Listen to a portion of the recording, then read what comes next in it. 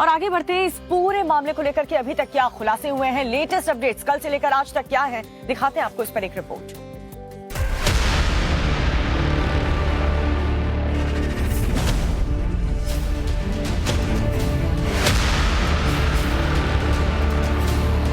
मुंबई में एनसीपी अजित पवार गुट के नेता और महाराष्ट्र सरकार के पूर्व मंत्री बाबा सिद्दीकी की सरेआम गोली मारकर हत्या कर दी गई।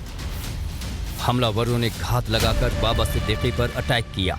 बांद्रा के खेरवाड़ी सिग्नल के पास उनके बेटे जिशान सिद्दीकी के दफ्तर पर हमला हुआ। बाबा सिद्दीकी पर 3 राउंड फायरिंग हुई। एक गोली बाबा के सीने में लगी, 2 गोलियां उनके पेट में लगी। उन्हें तुरंत लीलावती अस्पताल में भर्ती कराया गया, जहां बाबा सिद्दीकी की मौत हो गई।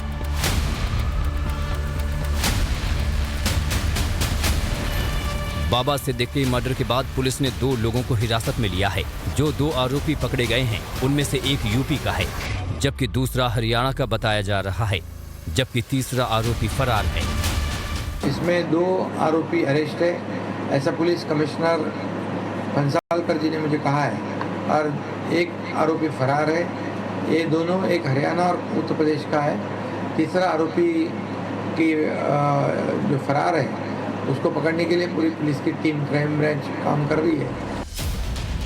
साथ ही महाराष्ट्र के मुख्यमंत्री एकनाथ शिंदे ने कहा कि इस केस को फास्ट ट्रैक कोर्ट में ले जाएंगे और दोषियों को कड़ी सजा दिलाएंगे।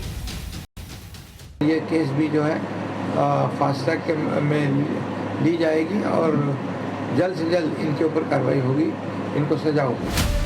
एनसीपी नेता और पूर्व मंत्री बाबा सिद्दीकी की मौत को लेकर सियासत भी शुरू हो गई। सरकार ये कह रही है कि बाबा सिद्दीकी के कातिल को सख्त से सख्त सजा मिलेगी, तो वहीं विपक्ष ने बाबा सिद्दीकी की हत्या को लेकर महाराष्ट्र सरकार पर निशाना साधा है।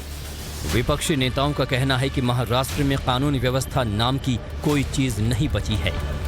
मतलब हर तरह से लॉ एंड ऑर्डर बिल्कुल खराब हो रहा है और सरकारें जो सिर्फ और सिर्फ नफरत फैलाकर अपनी सियासी रोटी सेक रहे हैं। मैं समझता हूँ बाबा सिद्दीकी के ऊपर गोली चलना एक बहुत ही सीरियस मैटर है।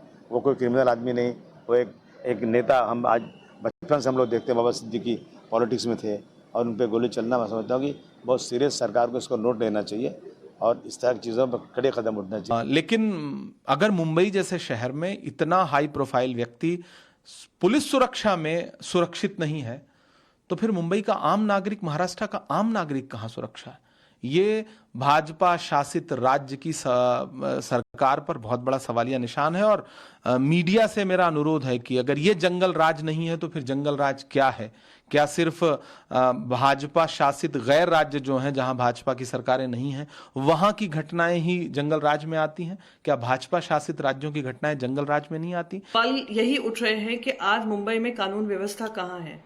आज अगर एक सुरक्षित इंसान जो खुद एक नोन पर्सनैलिटी हैं, सोशल वर्कर रहे हैं, जिनके साथ वाइस कैटेगरी की सिक्योरिटी घूमती है, अगर उनके साथ इस तरीके की हत्या होती है तो प्रश्न चिन्ह उठता है कि आज आम जनता अपने आप को कितना सुरक्षित महसूस करती होगी। आज जो कॉन्ट्रैक्ट किलिंग जो 15 दिन पहले उन्होंने कहा था उनको धमकियां आ रही हैं, तो क्या ये इंटेलिजेंस फेलियर राज्य का नहीं है?